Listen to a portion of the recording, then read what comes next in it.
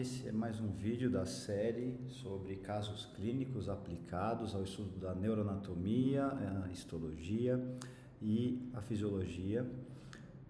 Esse caso clínico é o caso 2, né? É um caso onde um paciente de 65 anos com alguns fatores de risco para doença aterosclerótica, né? Como a diabetes, a hipertensão e o tabagismo.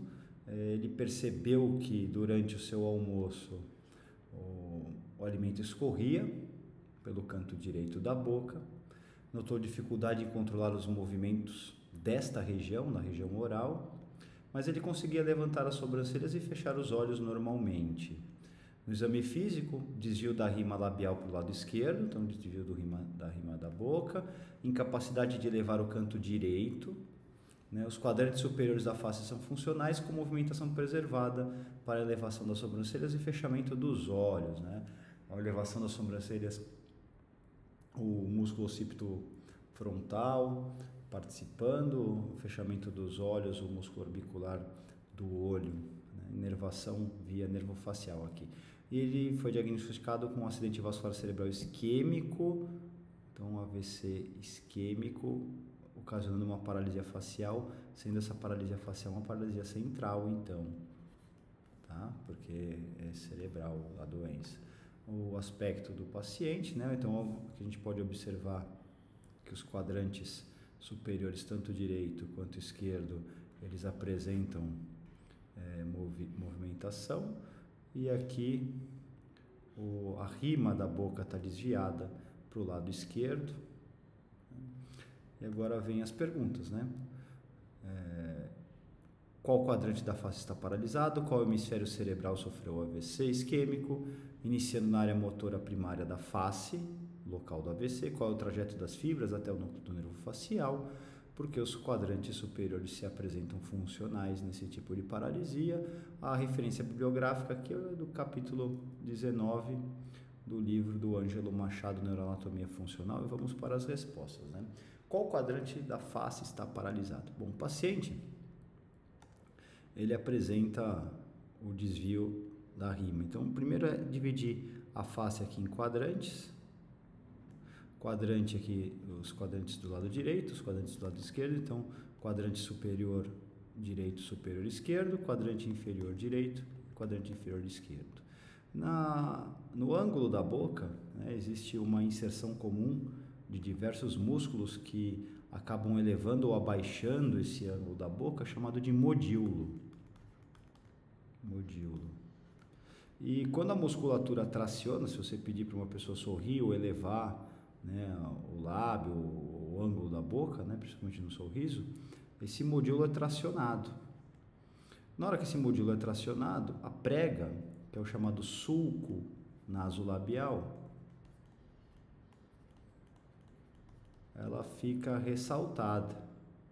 Então a gente percebe que aqui a rima da boca está desviada pelo lado esquerdo, porque essa musculatura apresenta atividade. Então o quadrante inferior esquerdo está com atividade presente, os quadrantes superiores, direito e esquerdo, também apresentam mobilidade. A gente pode ver aqui pelo fechamento aqui da pálpebra, contração dos músculos orbicular dos olhos, aqui a contração do músculo prócero aqui central, e o corrugador do supercílio, né? E o quadrante paralisado é o quadrante do lado direito inferior, quadrante inferior direito. Então esse lado aqui não tem contração. A gente vê que o sulco, percebam, olha só, o sulco nasolabial está apagado, e é onde o paciente referia que a comida escorria no momento da alimentação. Então esse é o quadrante comprometido. Qual hemisfério cerebral sofreu o acidente vascular? Então, quando a gente tem o quadrante inferior direito comprometido, o AVC aconteceu do lado esquerdo do córtex. Por quê? Porque as informações motoras que nós estamos trabalhando aqui são provenientes do trato córtico nuclear.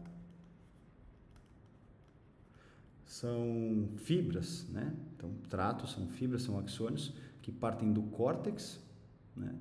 E vão até o núcleo dos nervos cranianos, dos nervos cranianos motores. Então, do terceiro e do quarto no mesencéfalo, do quinto, do sexto e do sétimo na ponte, do nono, do 11º e do 12º no bulbo. Não exclui os nervos sensitivos, porque aqui é um trato motor, córtico nuclear. As fibras partem daquele giro pré-central,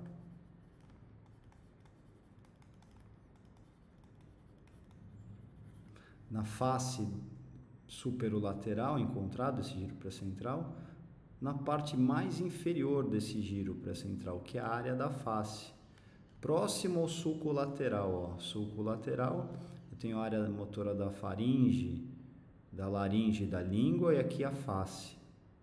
Então, a parte baixa desse giro pré-central. E essa informação do giro pré-central do lado esquerdo, os neurônios que estão aqui, que são aqueles neurônios piramidais, eles vão controlar o lado oposto. Por isso que aqui é o lado direito, né? O lado direito vai controlar o lado esquerdo e o lado esquerdo vai exercer influência sobre o lado direito. Então, se o quadrante direito foi paralisado, o comprometimento foi lá no giro pré-central esquerdo, iniciando na área motora primária da face, qual é o trajeto das fibras até chegar no núcleo do nervo facial? Então, a gente vai ligar o giro pré-central, que está aqui, ó, a área do giro pré-central no homúnculo de Penfield, giro pré-central. Nós vamos ligar esse giro pré-central até a ponte, onde está o núcleo do nervo facial. Aqui eu vou fazer uma divisão, só para referenciar lado direito e lado esquerdo. Então, aqui é o lado esquerdo do cérebro. Esse giro pré-central é um giro que tem um córtex do tipo heterotípico. Isso significa que ele tem 6 camadas não homogêneas, com predomínio das camadas corticais 3 e 5, onde eu encontro uma grande quantidade de neurônios piramidais.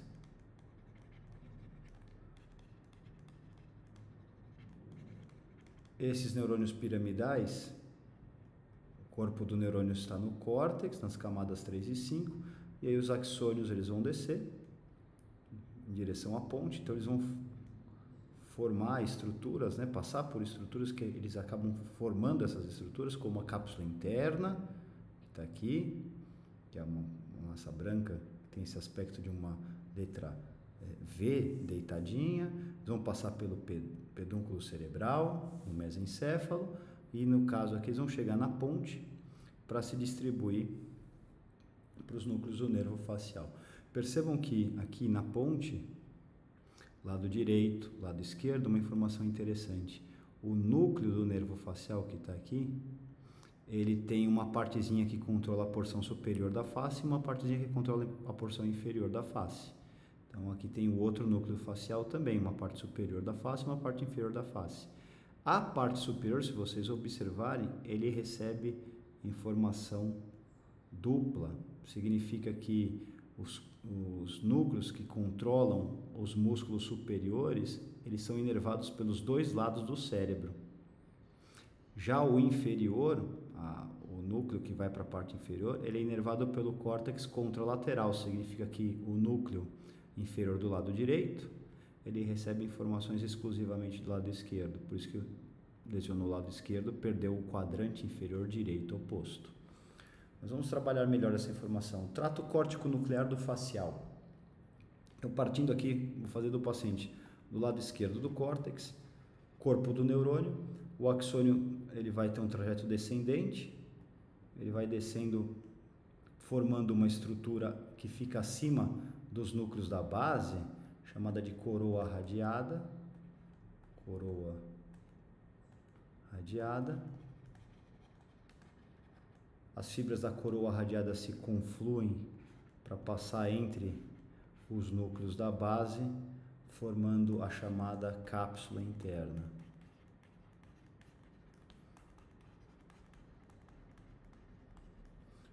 Então, aqui a gente observa a topografia da cápsula interna, o núcleo caudado, o tálamo e o núcleo lentiforme. E essa cápsula interna, aqui os núcleos da base, e a coroa radiada acima, então essa parte é a coroa radiada, as fibras vão confluindo para formar a cápsula interna, que a gente começa a observar aqui a cápsula interna, e essa cápsula interna em corte transversal, ela pode ser dividida numa perna anterior, num joelho e numa perna posterior. Na perna posterior, bem a partezinha de trás da perna posterior, a perna posterior fica entre o tálamo e o núcleo lentiforme, sobem as informações aferentes que vêm do leminisco espinal, por exemplo, de dor, tato, temperatura, pressão, do leminisco medial proprioceptivo. E nessa parte aqui mais anterior da perna posterior, aqui desce o trato córtico espinal, que vai controlar membros, tronco, tá? Então aqui é o controle motor do pescoço para baixo. No joelho da cápsula interna passam as fibras do trato córtico nuclear. Para qualquer um daqueles nervos cranianos, a informação vai passar pelo joelho da cápsula interna. Então, o que a gente vê aqui agora, parte do córtex, a informação parte do córtex, passa pelo joelho da cápsula interna, desce pela base do pedúnculo cerebral, tudo do mesmo lado, e quando chega na ponte, vou usar essa figurinha aqui, para o quadrante superior, eu tenho um controle bilateral, lado oposto e mesmo lado. Isso significa que o outro trato vai descer, vai controlar o mesmo lado e o lado oposto. E para o quadrante inferior, somente as fibras contralaterais. Então, o quadrante inferior controlado pelo trato córtico espinal contralateral. Por que os quadrantes agora superiores apresentam-se funcionais nesse tipo de paralisia? Então, como explicado anteriormente, esses quadrantes superiores, eles recebem informação dos dois córtex. Então, aqui está o córtex motor, o giro pré-central. Vou abreviar, giro pré-central. Esse núcleo aqui é o núcleo facial, do nervo facial lá na ponte. Então, aqui está o núcleo do nervo facial. E partindo do córtex e descendo até o núcleo, o trato córtico nuclear. A gente está vendo lado direito, lado esquerdo. O núcleo do facial é dividido numa parte dorsal e numa parte ventral. Esse núcleo dorsal, ele tem neurônios que os axônios vão formar o nervo facial e descer até o quadrante superior. Então, dos dois lados, núcleo dorsal, nervo facial, quadrante superior da face. O núcleo ventral, os axônios vão descer, vai formar o nervo facial, só que vai se destinar ao quadrante inferior. Núcleo ventral forma o nervo facial e quadrante inferior. Bom, isso aqui é a distribuição dos núcleos para os quadrantes da face e do córtex para o núcleo, via trato córtico espinal. Os neurônios do córtex do lado direito vão descer pela cápsula interna, vão passar pelo pedúnculo cerebral. Quando chegar na ponte, eles vão estimular o núcleo dorsal oposto, o núcleo ventral oposto, mas ele também estimula o núcleo dorsal do mesmo lado. Isso acontece bilateralmente. Eu vou fazer outra cor aqui. Cápsula interna, base do pedúnculo, chegou na ponte, vai atravessar, vai estimular núcleo dorsal e núcleo ventral oposto, mas também vai estimular o núcleo dorsal do mesmo lado. Vamos simular a lesão no paciente. Ele teve um AVC do lado esquerdo, nessa região, então esse neurônio para de responder. Então esse neurônio parando de responder, a gente pode apagar ele aqui, ó. Vamos apagar esse neurônio, ó. Vamos tirar esse neurônio, porque as fibras não estão mais respondendo.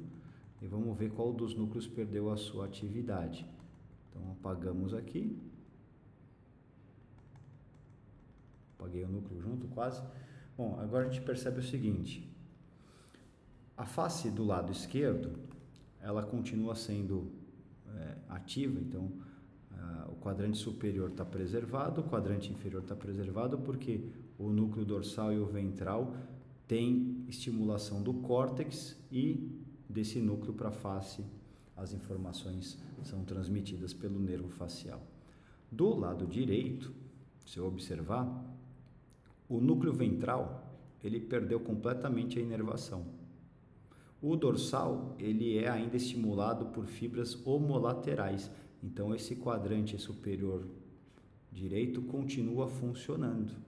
E aqui o núcleo ventral não tem mais estímulos do córtex, que é exclusivo do lado oposto, então esta área da face, que é justamente o quadrante inferior direito, perde a atividade, como nós vimos no início do caso. Bom, esse foi o caso clínico relacionando o trato córtico-espinal do nervo facial como um exemplo de via eferente. Bons estudos!